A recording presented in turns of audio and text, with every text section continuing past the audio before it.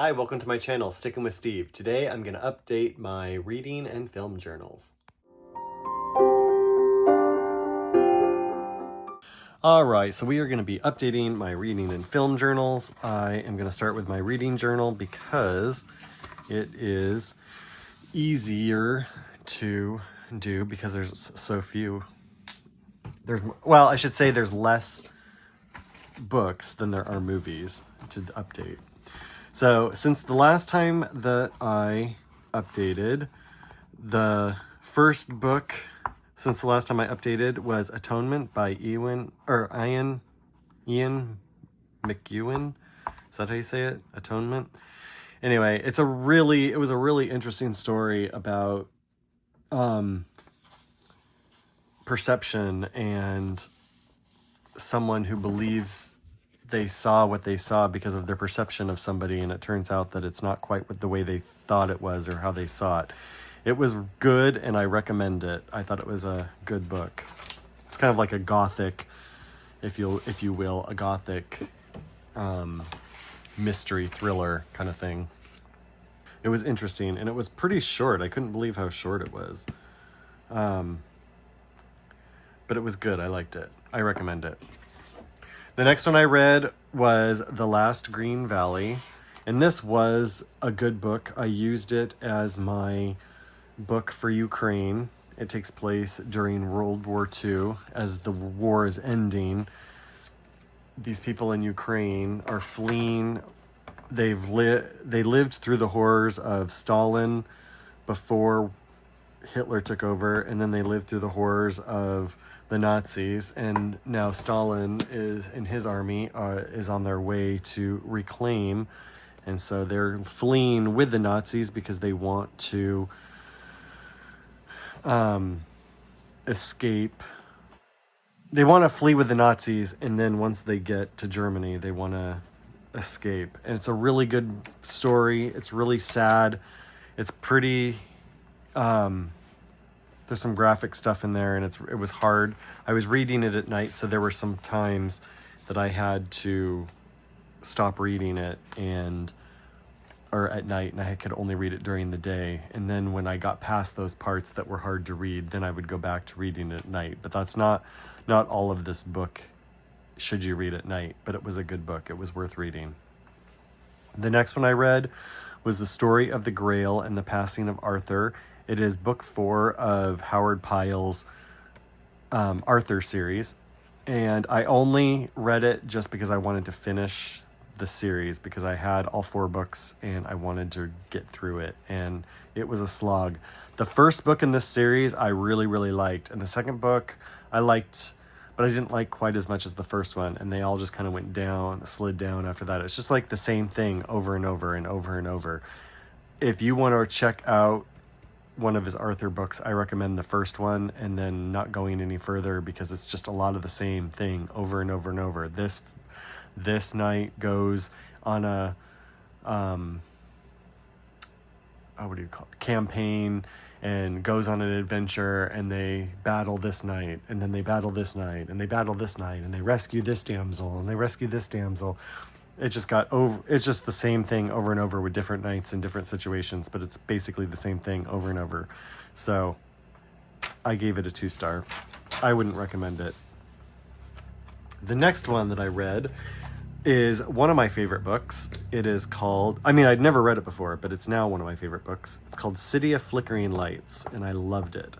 It was about 3 young people in vaudeville, and they leave vaudeville to go to Hollywood to make it big in Hollywood, and it takes place in 1921, and it was such a good book. And it was about these 3 people and their lives and trying to make it in Hollywood, and the things that happen and the hardships that they go through and stuff like that. It was such a good book. I highly, highly recommend that book. I loved it. So then the next one I read is called The Reading List. I almost didn't finish this book, but I decided to go ahead and stick with it. And it was about it was from the perspective of 3 different people, something like that. And they are, well, I guess it was mainly two different people, but then there were other people that they brought in just for a chapter or two. But the main characters, there's a girl who is struggling because her mom has mental illness and can't leave the house, and so her and her brother are taking care of her, and she's working at a library, but she hates her job, and she finds this reading list, and she decides, she's not a big reader, but she decides to read the books on the list. And there's an old man, he's Indian, but he came from Africa to England. This takes place in England, and he has just lost his wife, and he reads a book that it was one of his wife's favorite books, and he found it under the bed, and so he read it, and he really liked it, and it really helped him. So then he also finds this list, the same list that that other lady found, and they end up becoming friends, and like all these different people find this list, and so they're reading these all these books. Everybody's reading these books at the same time. It was okay. I gave it a 3-star. I liked it okay. I finished it, but I didn't really like it. It didn't really do anything for me personally. It was okay. The next one I read was called The Memory Keeper's Daughter. This came out quite a while ago, and I remember there was a time I used to wait tables. I waited tables for like over 20 years, and there were these two librarians who used to come in all the time, and I became friends with them, and we all bonded over books because we love books, and they work at the library, and so they gave me the recommendation for this book. And I know I tried reading it at one time, and I just couldn't get through it. And so I got the audiobook, and I started listening to it, and I mean, even 2 or 3 hours into it, I was wondering, should I finish this? But I'm glad I did. I gave it 4 stars. I thought it was a good book. I thought it was well done. I thought the story was good. I didn't love it. I would never revisit it. But I thought it was worth reading. I thought it was a good story about a guy who has twins, but one of them, it takes place in the 60s, and the daughter, the twins are a boy and a girl, and the girl is mentally retarded, and so I know that's not the correct term anymore, it's mentally disabled, but a lot of times those children don't make it very long, and his mother never recovered from his sister's death when she was really young. She had a disease and she ended up dying, so he just told his wife that she had died, and he gave the baby to the nurse and told the nurse to take it to an institution where they would look after it. But the nurse took the baby there, but she's just like, I can't leave this child here. This place is awful. So the nurse took her and raised her. And I thought it was a well done book. I thought it was really good. I just thought it was well done, but I didn't love it, but I thought it was good. The next book I read is another 5-star book that I'm putting on my favorites list. It's called The Book of Lost Names. It is about a Jewish girl. Her and her mom end up not being deported when her father was, and they hid out in the south of France. They left Paris to go to the south of France where the free section was, and the daughter starts helping forge documents so that people can get away and can escape. And it was a really, really good book. I love this book. I highly, highly recommend it. Okay, so that is where I'm at for the books. Let's go to the movies. And the first movie I'm going to do, I talked about last time, so I'm not going to talk about here. Well, I'll just briefly talk about it. But I had forgotten to print the cover. And so I just need to go back and glue in the cover. So I'll just briefly talk about it while I do it. It's about a woman who, her and another guy end up, well, I don't even remember very much. It's a funny movie. It's cute. It's a lot of misunderstandings of each other, and they end up fighting. Ray Millen, and Rosalind Russell. It's a cute movie. I recommend it. Oh, I gave it 5 stars even. It's a really good movie. I just can't remember exactly how the story all goes, but it's a cute movie. So go watch that one. Okay, so the next one I watched was, so last time when I had it before, I watched The Thomas Crown Affair with a friend of mine, or a couple friends of mine, and I watched The Thomas Crown Affair. I remember hearing about it, but I'd never seen it. And then I saw that it was based on this original movie from the 60s, 50s or 60s, something like that. And so I wanted to watch it. So that was the first movie that I watched since doing the update, was YouTube. It's the 60s, so YouTube had it available for free to watch, and so I wanted to watch it because I wanted to see the differences between them. The next one I watched was, I showed a friend of mine this movie, It's a Wonderful World, with Jimmy Stewart and Claudette Colbert, and it's a really funny movie. I love it, so I recommend it. Go and watch it. It's on YouTube. And all these movies that I'm talking about that I have on, or that are on YouTube to watch for free, I will link below in case you're interested to watch it.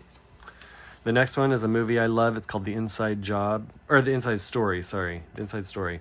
And it's a story that takes place during the Depression, and this guy accidentally misplaces $1,000, and it ends up getting taken to this person, and then taken to that person, and taken to that person. It keeps going around this small little town, and it helps all these different people, even though it didn't belong to any of them. And it's a really cute story of an accident that happened, and it's this cute little funny story. So I highly recommend it. I love it. It's very heartwarming and sweet. And then the next one I watched was 23 Paces to Baker Street. And 23 Paces to Baker Street was this guy who's blind. He overhears a conversation with some people, and he's trying, like, this menacing kind of conversation. And so he's trying to solve the mystery, and it ends up where the people who are perpetrating this mystery are out to get him, to try to shut him up. And I didn't like it that much. I liked it okay. I gave it 3 stars. It was okay. It wasn't anything special. The next one is another one that I didn't really love. It's called Lost Horizon. It's about a guy who he crashes, I think in a plane. They crash in the Himalayas, and he finds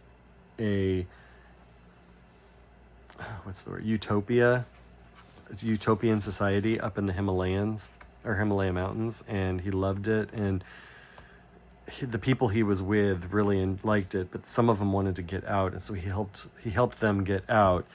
And then he wasn't able to find it again, and then he spent the rest of his life searching for the Lost Horizon to find this place in China. It was okay. It didn't really do much for me personally, but it was okay. Then I watched Mr. Lucky with Cary Grant and Lorraine Day. And Cary Grant plays kind of like a shyster character. He's not a gangster, but kind of like he runs like gambling places and stuff like that, and takes advantage of people for money, for profit. And he falls in love with this woman who's working at a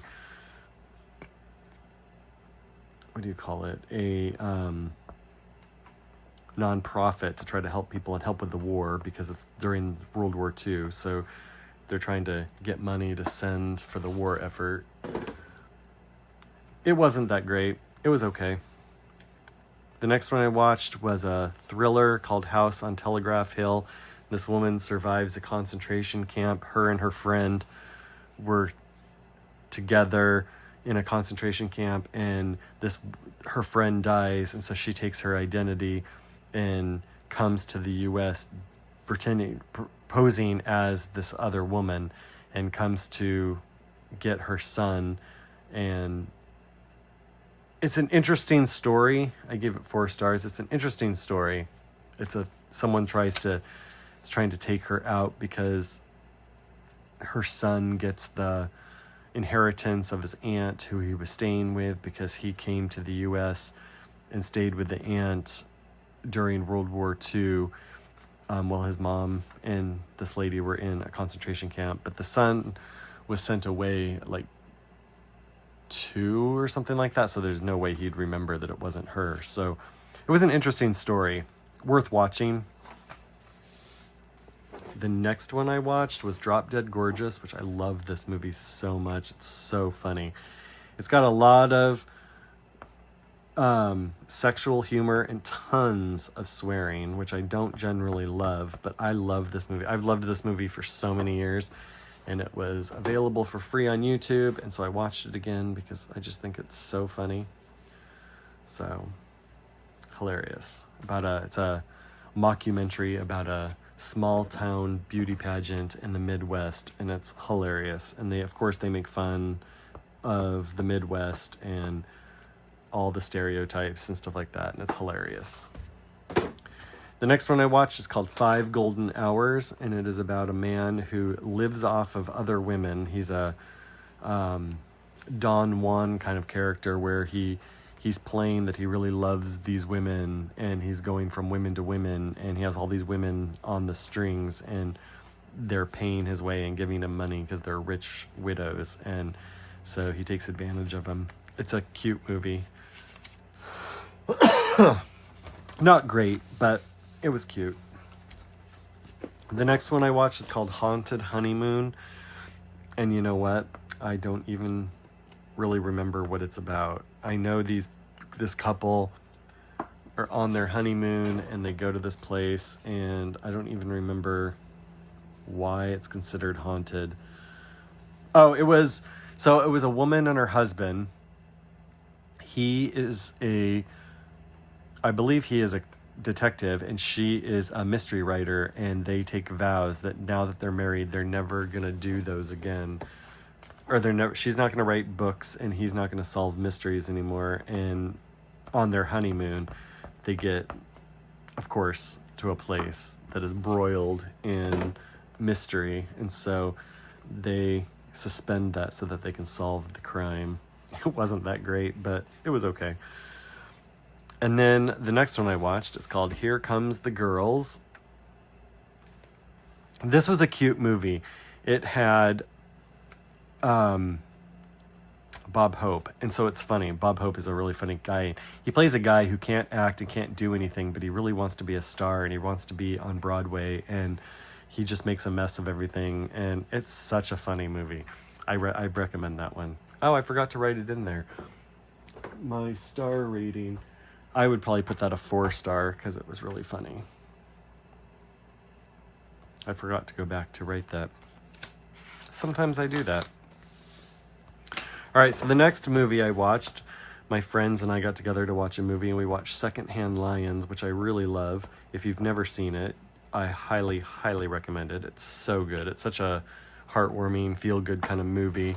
This poor boy has a deadbeat mother who's always lying to him and doing things to benefit herself, and doesn't really care about her son. So she drops him off at his 2 uncles' house, even though he's never met them before in his life, and he leaves him. She abandons him there, and while she's off running around and going after men and doing all kinds of things, and they end up having a really good relationship, and it's so good. It's so heartwarming. The next one was I finished watching Matlock Season 2. I didn't like Season 2 as much as I loved Season 1, but it's interesting. The part of the way through Matlock Season 2, it felt like they didn't know what they were doing or where they were going, so it felt a little disjointed, but we'll see where Season 3 goes. It'll be interesting to see what happens. But I really loved Season 1, so we'll see. We'll see. It got better as it went along.